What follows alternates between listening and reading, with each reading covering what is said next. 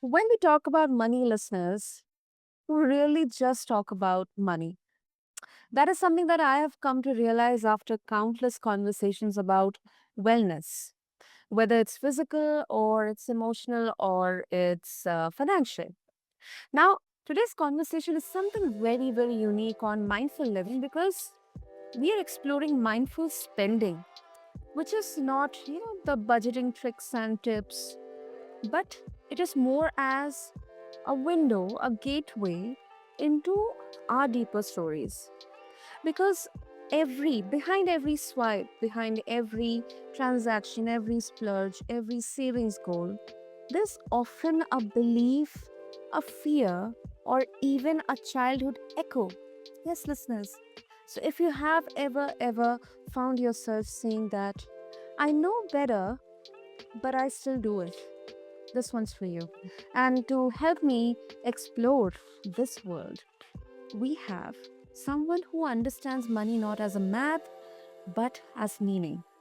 A certified financial planner turned financial therapist, my guest, Jennifer Edwards, has helped hundreds of people unravel those hidden forces that drive their financial behavior.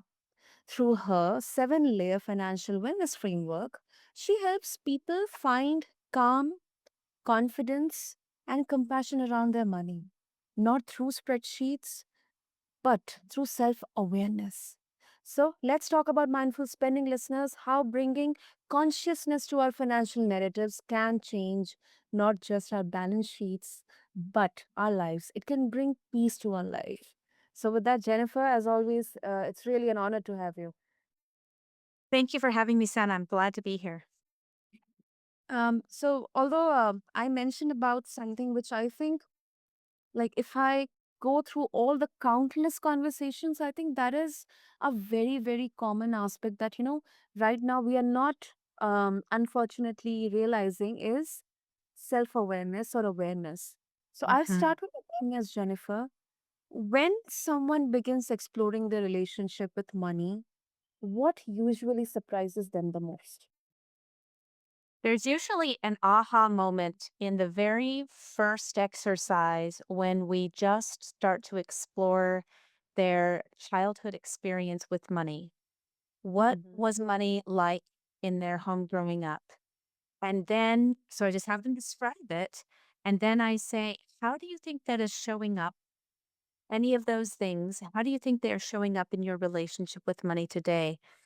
And I preface it by saying, just speak. Don't judge the thoughts that are going to come into your mind because your intuition is going to be correct on that about how it's affecting you. And it might surprise you. You might even feel embarrassed. Oh, my mother always said, "No, we can't afford that." Every time we would go through the line in the shopping center, in the grocery line, and I would always ask for candy or gum, and she would say, "No, I can't afford it." And now I buy a candy bar every time I go through the grocery store. Like that might be your epiphany, and you might not want to Mm. own up to it. And so I always say, just speak, just say it, because that first response that is coming to your mind is usually the universal truth that you're carrying. And there's usually an aha moment of like, oh yeah, that's why I do that, or why I avoid this, or why I haven't been able to make this career move, or whatever the kind of the hang up is that they usually come to me that they're experiencing. It usually we can trace it back to those early experiences in childhood. Mm. Yeah, yeah. That really, really makes sense. And I also think that that it hits home with so many of us because the way money becomes an emotional language, like, we say that this person is bad with money, or I am really good at savings. But Mhm. I think maybe what we are really saying is that I may be too scared to look into it, look into that mirror. So Mhm. I think what you said is, it's that connection between our financial behavior and our nervous system also. Yeah, money is an amplifier. So what it does is it's not just a mirror, although it is that. It also reflects in greater measure whatever it is that's underneath the surface. So they have shown when it comes to money and happiness, for instance, that if you're a happy person, then Mm. you will use money and it will increase your happiness. But if you're an unhappy person, if you're always complaining and looking at the parts of your life that you wish would change, and somebody throws a bunch of money into your lap in that situation, money will amplify your misery. So you will also see it show up in relationship issues. If a relationship is really strong and healthy and there's an influx of money, that relationship will thrive and grow deeper in the exploration of what they can do with that money. And if it's not a healthy relationship, if there are problems there, then money will amplify those. And usually, it will lead to greater money fights, conflict, maybe even relationship disillusionment. So there is a lot of emotional language that is floating around in our heads, those narratives that we've been telling ourselves. I really Mhm. like what you said in the very beginning about the power of that consciousness.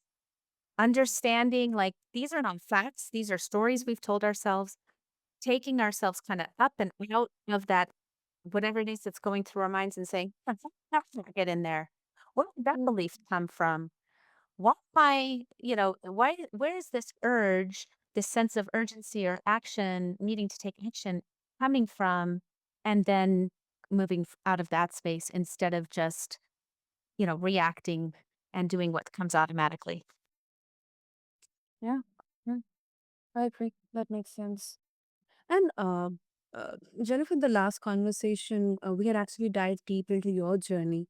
We also got to know that how childhood experiences they shape our financial habits, even before we fully understand money. Like we also kind of got to know about the overcompensation, like in if we have faced scarcity, or kind of have been kind of in that habit that we couldn't get or couldn't get that particular quantity how much we wanted. It's kind of gets ingrained in a habit to overstock, because um it's kind of organic within us that we'll get maybe anxious, or will kind of get very careful that I um do not want to get into that scarcity mode once again like I used to Yeah. get. So Yeah, lots of yes. fears there. Our identity can be tied to that. We either do want to identify with it on a subconscious level because it was part of our family and we don't want to feel like we Mhm. don't belong somewhere. But at the same time, we can also not want to identify, like if our family didn't have very many monetary resources growing up, we might overspend and go to the complete other side. Yeah. Hmm. So with that, like many of us, and this is so common. I'll be very honest, I also sometimes keep on saying this, that many of us grew up hearing stories like, money doesn't grow on trees, or you Yeah. have to have a rainy day savings. How do these cultural family narratives shape how we spend and save as adults? Well, it really does depend on each person. I have seen usually when there is scarcity, I usually see two reactions. If Mhm. there's like not enough in the household growing up, usually there's either the reaction of underspending or overspending to an extreme. And Okay. we have to be careful with the messages because when we say money doesn't grow on trees, we need to flip that as to where does money come from? How does one gain money? Don't just say, because what that is saying to the child really is more like your needs aren't important enough for us to prioritize them. Because Hmm. they see you spending money, they see you buying things. Is this not the things that they want? So the better conversation, the better saying would be, I totally understand why you have that desire. And it's usually for something frivolous, right? These are children. They haven't learned self-control yet. So if it's just like candy or toys or just something really big like a bicycle and it's not really gift giving time for them to get something like that, to say, I totally understand why you would want that. When I was your age, I sure would want things like that too. It's like give them a minute to describe it. What would it be like to have that? And why do you think you want this? Oh, well, Tommy has one just like it. Oh, so you Mm, think that you wanna be like Tommy, you wanna have the same thing. Why does that matter to you? Well, everybody was paying attention to him when he showed off his new bike. Oh, so it sounds like you really value other people paying attention to you. That's normal. That's what most kids want.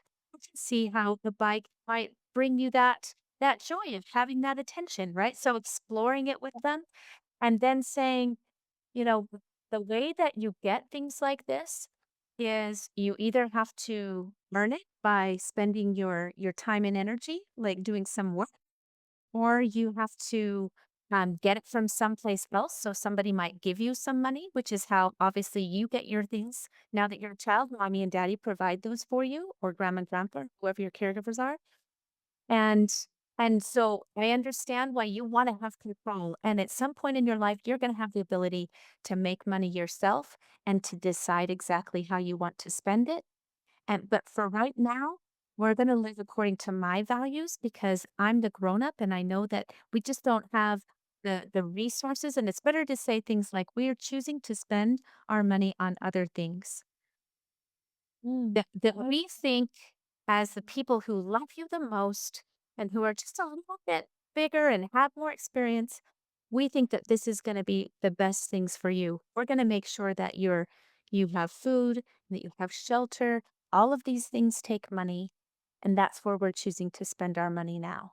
So it's a much bigger conversation. It's a lot easier to just say, no, you can't. Money doesn't grow on trees. What do I look like? A money machine? But that's how we form some of these beliefs that make us feel like we're not valuable as people unless mm, we look a certain way or, have certain material possessions, or that our net worth actually reflects our self-worth.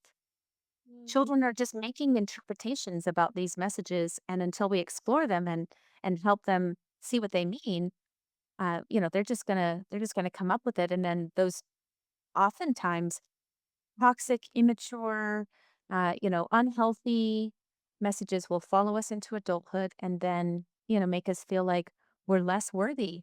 Like, depending mm. upon the car we drive or the clothes we wear, the kinds of vacations that we take, all of those messages, just every person is going to, each child's going to interpret it through their lens. You might say the exact same thing to three different kids, and they're going to come away with three different messages. Absolutely. I think that is such an important I think takeaway for personally for me as well, Jennifer, because sometimes I am also guilty of telling um my maybe sibling or my friend that money doesn't grow on trees, but um I think I may not be mindful of how they are, what they are perceiving out of it, or what they are thinking. How do they see through their own lens? So, uh, for a child, I think it becomes much more important because all these experiences, through our words, through our actions, they create. I mean, they perceive the world, through their lens, and this is Yeah. completely directly linked to the actions. Right, and they don't have a fully developed brain, and they have very limited experience, and we don't really have any control over what messages they're going to get from that. You might have one person that comes out, feeling like, "Okay, good, I'm gonna work hard. I'm going to, get some monetary resources. I'm gonna use them for my own pleasure and joy, as well as giving back to my community and supporting." And you might have somebody else that like just r- really takes that and it destroys them internally. I mean, you just don't know until you explore it with them. Mm, I agree. I agree. And I think the last conversation we did talk about the seven layer framework. But if you, for our mindful living listeners, Jennifer, if you can, um, like walk us through what these layers are, and also very interesting. Like out of these seven layers, which one like have you observed? Like people tend to resist the most, and why do you think that is? Yeah. So I'll go through them and then I'll answer your question. Yeah. So the seven layers is a framework for helping us understand the true all of the factors and causes behind our financial problems. So oftentimes in our society, we think that there's really three problems that need to be solved that would keep us from having our financial mistakes. The first one is usually more money, which may or may not solve your problem. More education, so financial literacy training, you just didn't know something. And then the Mhm. last one is greater self control. So maybe you need to form a new habit, you need to, have some behavioral change. The seven layers include some of that, but this also expands it, makes it broader and deeper. So the top layer, if we go from the biggest, broadest macro layer down into the micro, is the societal layer. So the first thing Mhm. we want to do is acknowledge all of the systemic forces that are at play that make it difficult for us to succeed with money. When there are many of these, I mean, there's sexism and racism and bodydism and all of these things. And then on top of that, consumerism, right? The message that we're constantly getting from advertisers that whatever discomfort you are feeling can be solved with consumption. Buy something, buy a trip, buy a thing, buy, an experience, something, spend some money and you will feel better. Right? That's the Mhm. overarching message that drives economies and growth. You might have if you just and also just recognizing that the system is not set up for every group to succeed equally. It favors certain groups of people and communities and disfavors others. And so understanding that, if you're in the United States, if you're a female, a woman of color with Mhm. a physical handicap, like you're fighting an uphill battle. So if you need to get into some credit card debt because you couldn't find a job as quickly as your male white counterpart did, that's probably because of the societal factors at work there. Mhm. So societal is the top layer. Then we go into relational. And this is one that most people don't recognize the correlation between this and their financial health. Mhm. We just don't like to kind of intermingle our personal and our economic lives. So, Yeah. relational is when you might have a family dynamic or something going on with your romantic partner that makes it difficult for you to achieve your goals. So, it might be that you're married to somebody who doesn't want to prioritize savings. And Mhm. so it makes it difficult because if you're carrying all of the savings burden yourself for the household, then you're gonna have some extra burden that's going to make it difficult for you to succeed. You might even have extended family members who expect you to prioritize their values and who might even layer on some guilt if you don't spend your money the way that they expect you to, or help them out financially in ways that maybe you're not able to or don't feel Mhm. comfortable with. So those relational things, we need to explore them. And with couples, I work on this a lot where we say, okay, as a team, what are you trying to achieve? And then how are you holding each other back? Mhm. And then we do acknowledge the educational side. You might need some information. You might need to take financial literacy class. You might need to go online and find a source of information that you can trust to teach you about investing or budgeting or whatever the skill set is. And then the behavioral level is about implementing those skills. And oftentimes that's at work too. Sometimes we're just not used to tracking our expenditures, either in a spreadsheet or a notebook or an app or something so that we Mhm. know what we have been spending our money on and whether or not it's in alignment with our highest priorities and goals. Then the next layer is physiological. And the reason I do that is because I want to give a nod to the fact that our bodies and our minds and our spirits, they're all connected. And if you're depleted physically, if you're not Mhm. getting enough sleep, if your diet's not very healthy, if you don't exercise, at least to some extent, the all the good things that come along with that, it's going to affect your ability to be successful with money, to make smart money decisions.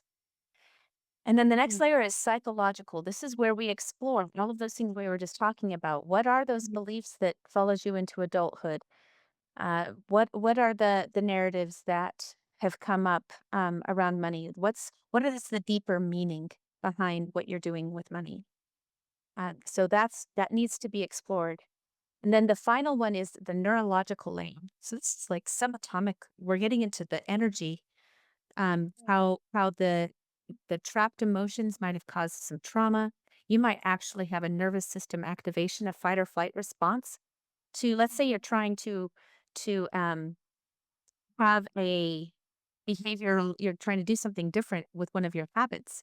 But then when you go to do it, let's say it's budgeting or you need to sit down and look at your bills or outline a financial plan, but your body, because of some internalized message, most likely an unmet need from childhood that was mhm, repeated, is telling you that that is actually unsafe, like literally life threatening. Your body might say, "No, we have to run and hide. We have to avoid this behavior because of what it means." And that in that neurological very much at the cellular level, that we're not even making conscious decisions. This is where the past is the present. We have a trauma response and a trigger that we need to deal with in trauma treatment, not just in cognitive thinking, which would be the psychological thing. Okay, well, what's going on here? Yeah, that's part of it. But we actually have to learn to ground ourselves, settle our nervous system, bring mhm, our thinking part of our brain back on board. And we do that most effectively through mindfulness training, through meditation.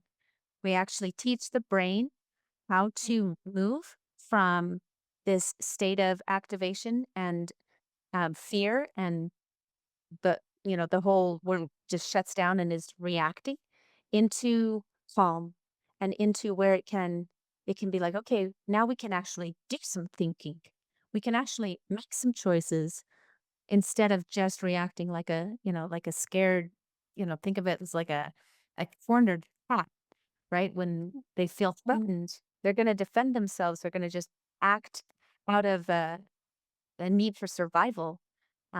It doesn't even matter if they think they might, if that cat is usually loving and caring and, but if it's feeling threatened, it's not going to come out well. So the layer that I observed that most people resist and have a hardest time taking action in, but is so often on the psychological level, we can usually people that actually really enjoy exploring that, like, oh yeah, this is what was going on for me. The one that's hardest, I think, for a lot of people is when the problem is in a relationship, because that mhm, that involves, another person, and you might need to have difficult conversations. You might mhm, need to face a dynamic that is then unhealthy. Maybe there's abuse there or neglect there that mhm, needs to stop.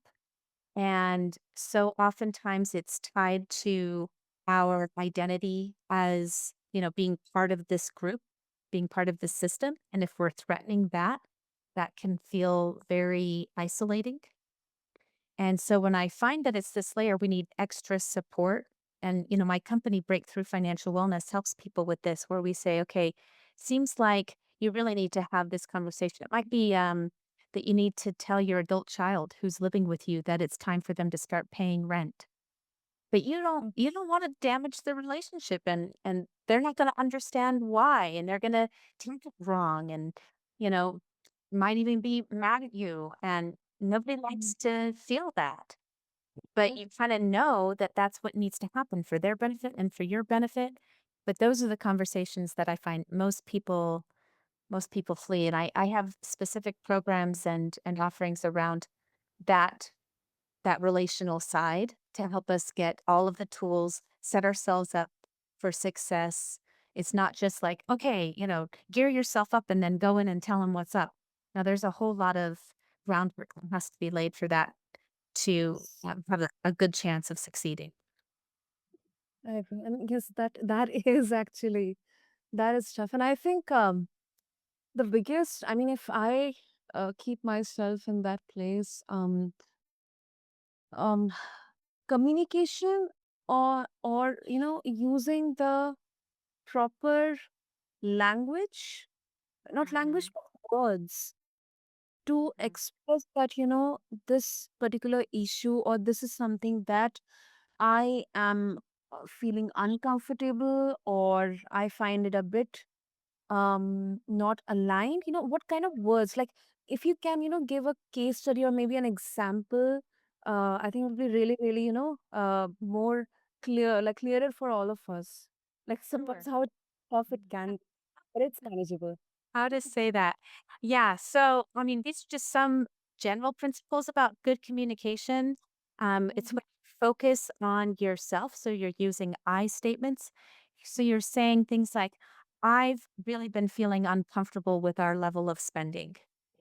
Not you've been spending too much. But when you say it really makes me uncomfortable when I look back at our monthly spending and I realize, how much we were not able to save. It's not so much where we spend our money, but that we weren't able to put more into our long-term goals because we have these goals and they're not going to happen, and that makes me sad. It makes me uncomfortable.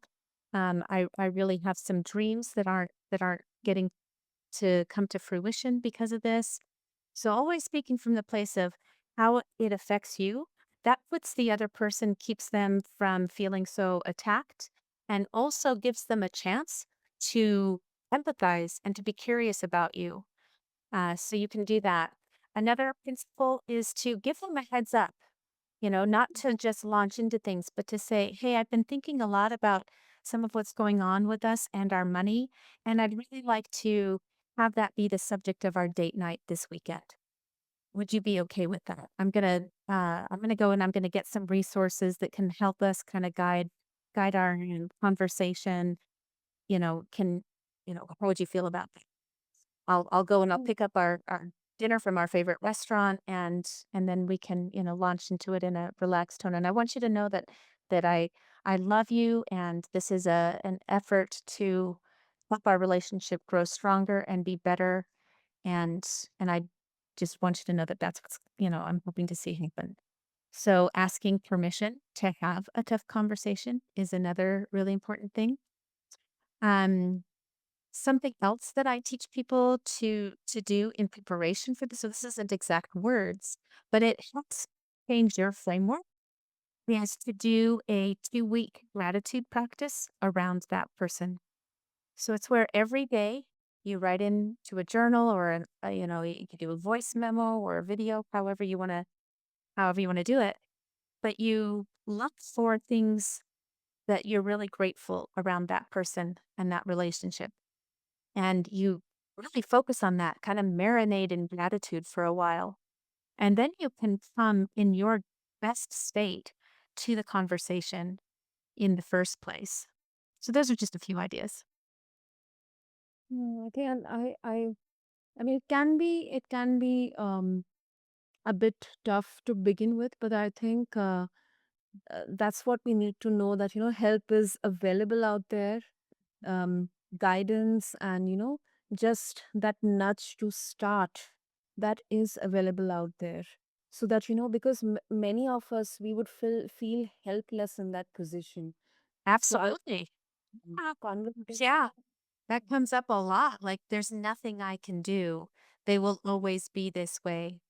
And that's one of the things that we work with is, well, you do have some power. You are a free agent. You do have the ability to make decisions, but oftentimes they're just maybe you don't like them. You don't like all of your options, but you still have the ability to make some choices.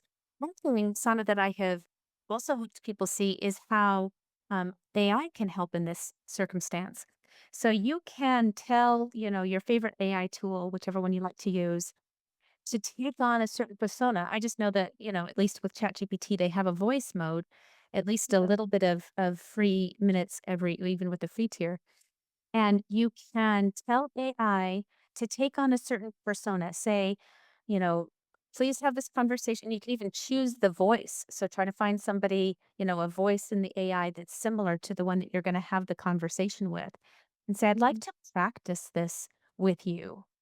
And, this is the resistance I expect to have. And this is their mindset around this thing. And these are some of the conversations that we've had in the past that might put them on the defensive and make it difficult to have good understanding and clear communication come through. And Mm. practice it with AI. That's a very safe way to go about it.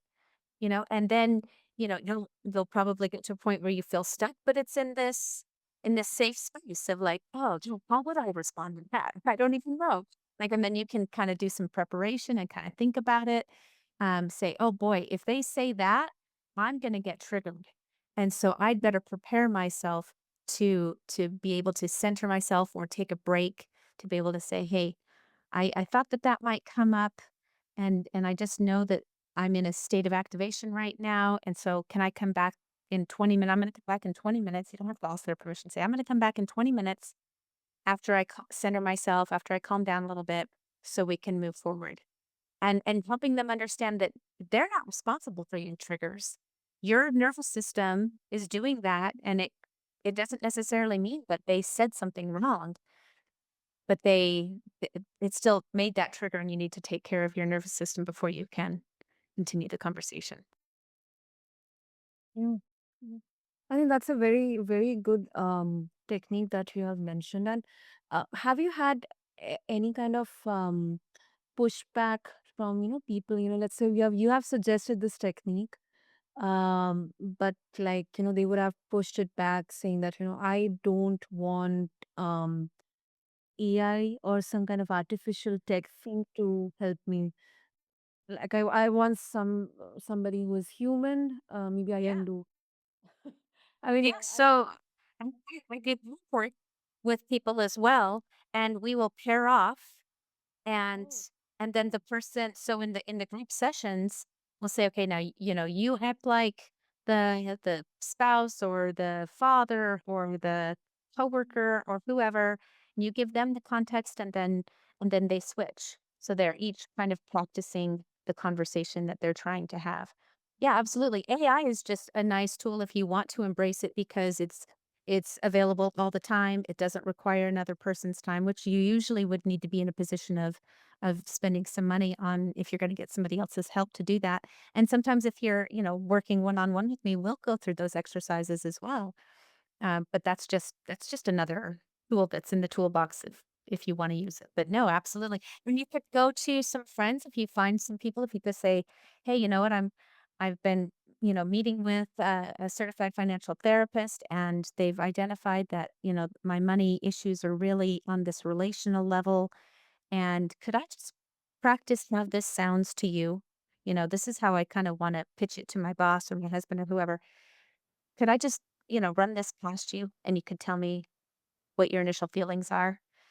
And so finding people to help you through that, yeah, that's always it's better to have a real person. At the same time, AI can more objectively take on, a human is going to come a little bit with their own biases. And an AI is gonna maybe come more neutrally. We do know that AI has their own biases and their way of looking at things, but Yeah. so no system is going to be perfect.